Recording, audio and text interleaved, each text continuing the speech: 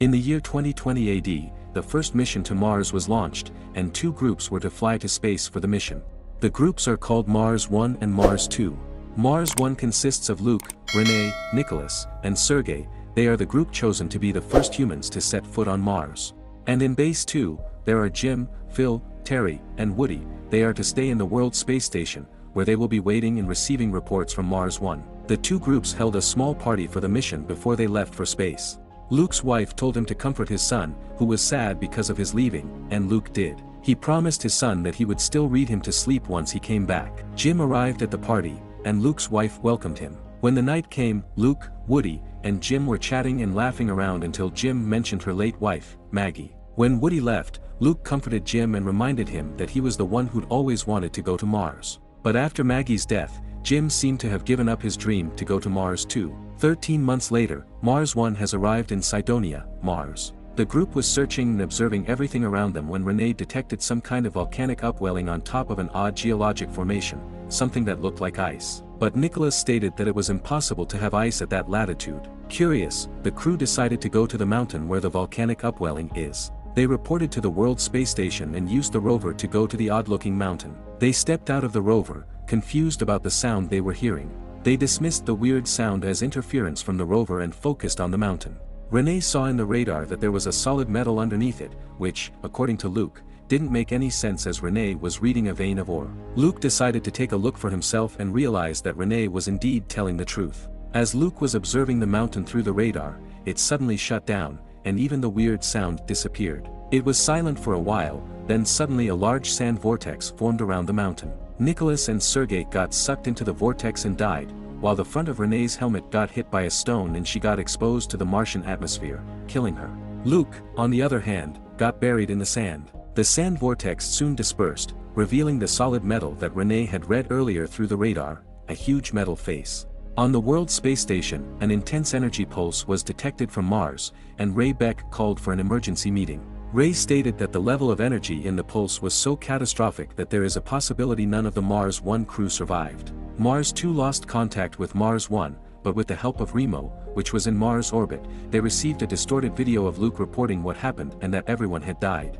The Mars 2 crew wanted to go to Mars to investigate what happened and rescue Luke if he was still alive by the time they arrived, but Ray disagreed as it was too dangerous. But the crew managed to convince Sam, and the crew traveled to Mars. As they were approaching Mars, Phil was making DNA out of candies and said it was the DNA of his ideal woman. Jim took pieces of candy and ate them. Woody showed Jim the dust storm happening on Mars, and it was heading straight to Mars 1's camp on Mars. The crew was having fun dancing around when they received a packet from SEMA. They saw the Mars 1 camp, and it seemed fine. Then they saw the graves of the 3 Mars 1 members who had died. Phil said that it must be because Luke was still alive, but Terry told him that it might be because no one was left to bury Luke's body. They checked the disaster site, but they couldn't zoom in because of interference. They were already nearing Mars, and they prepared to enter the red planet when suddenly a swarm of micrometeorites collided with the ship, injuring Phil and damaging the ship, causing an atmosphere leak. The crew fixed the holes and went back to preparing for the ship's launch into Mars.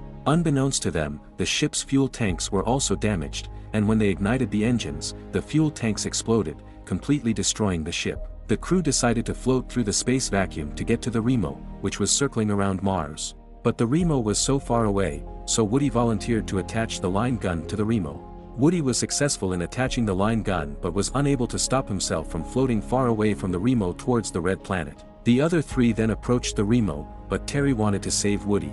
Woody said no, as he was already unretrievable. Jim then told them that they were just going to drop the Remo down once they got into it and scoop Woody up. But Terry was doubtful, as it would take a long time and Woody would be in the atmosphere by then.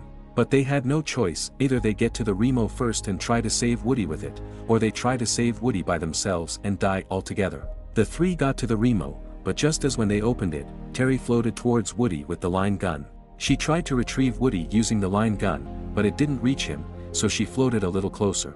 Woody told her to stop because if she got even closer, then she wouldn't be able to get back either. But Terry was persistent, and in order to stop her, Woody decided to just take his helmet off and die. Terry went back to the Remo, and the 3 of them used the Remo to land on Mars. They arrived at Mars 1 camp, and they discovered that Luke was still alive. Luke seemed to have gotten a little crazy due to being alone for many months, but he soon recognized Jim, Terry, and Phil and got back to himself. Luke showed them the 3 graves, and Luke told them that 2 graves were empty as Renee's body was the only one he found. Luke also showed the 3 the metal face he discovered. The crew knew then that someone else had left the metal face there. Jim asked about the odd sound Luke's crew heard before the explosion. Luke played the audio, and they took notice of the pauses in the audio and said that it was a mathematical pattern.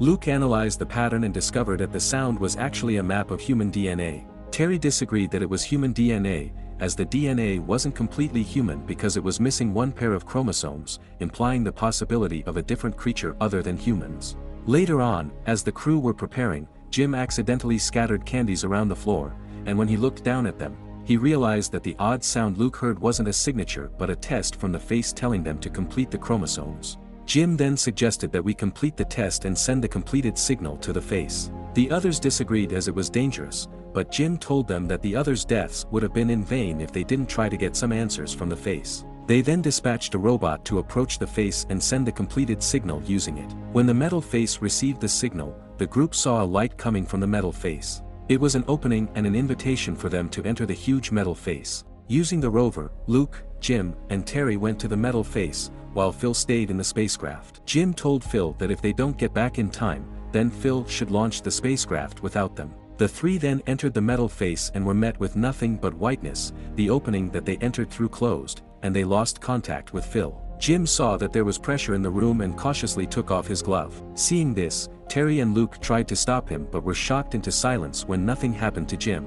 They were confused as they were above Mars' atmosphere, so it should have been impossible. Terry also read that there are 12 psi in the room, nitrogen and oxygen. They were astonished. It seems that nothing is impossible inside the metal face. When they took their helmets off, another room opened up, but unlike the whiteness of the first room, the second room was pitch black. They entered the black room and were in awe when they saw a too realistic projection of the solar system. Then the planet Mars took their attention. It looked different from its current state and instead looked exactly like the Earth. Then they got startled when suddenly a planet-killer asteroid hit Mars, destroying the whole planet and turning it into the red planet. The 3 then felt a presence behind them, and when they turned back, they saw a humanoid approaching. The humanoid cried as it looked at the planet Mars.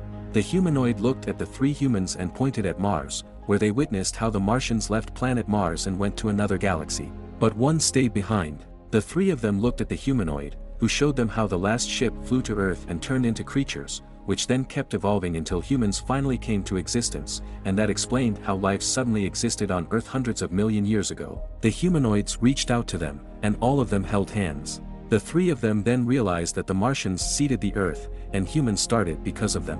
Humans are the Martians, and the Martians are the humans, as Jim said. A round platform suddenly appeared in front of them, and Jim looked at the humanoid who was staring at him.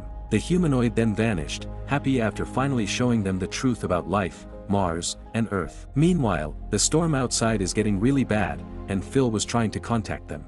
Jim looked around, realizing that the face was actually a ship.